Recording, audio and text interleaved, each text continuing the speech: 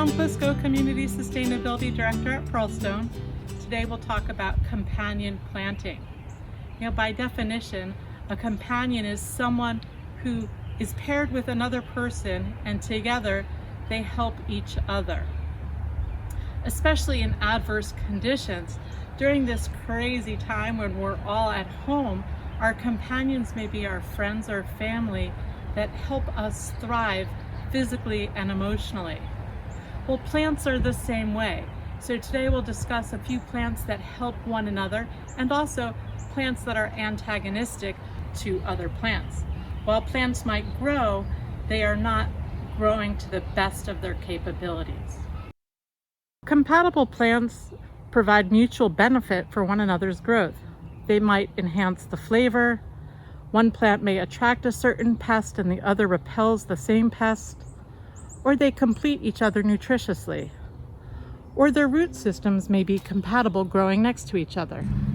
While we're here, I'll pick a radish that's done extraordinarily well next to this row of peas behind me.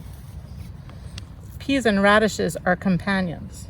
Some plants like basil, lettuce, onions, and chive have shallow roots, while other plants have medium roots, and some plants like tomatoes have deep roots. In companion planting, it makes sense to plant deep-rooted plants next to shallow-rooted plants, followed by a deep-rooted plant and then a shallow-rooted plant, so they share the same space. While I was researching for this video, I learned that I had inadvertently planted parsley and lettuce together. They're antagonists. It's better to plant mint among the lettuce to keep away the slugs that feed on their leaves, or plant chives and garlic to repel the aphids. So this weekend, I'll either move the parsley or the lettuce. Basil and tomatoes were made to go together, not only in sauces, but in the garden too.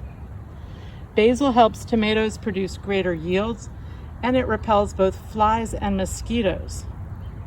Marigolds are another good companion for tomatoes, and in fact, I plant them all over my garden. Things to keep away from tomatoes are cabbage, beets, dill, and rosemary. Lots of us love onions all year round. Here's a row of onions, and carrots should be planted near onion because the onion will repel the carrot fly. Onions also chase away the aphids. Other friends of onions, and you can see I have 2 rows of them with the carrots between, are beets, lettuce, and herbs like marjoram and rosemary. Things to keep away from the onion are asparagus, beans, and peas. I started gardening in the late 80s, early 90s, and I first read this book, Carrots Love Tomatoes, which was published in 1975. It's all about companion planting. There's also tons of resources on the internet on what to plant next to each other. So give it a try, look it up. Happy growing.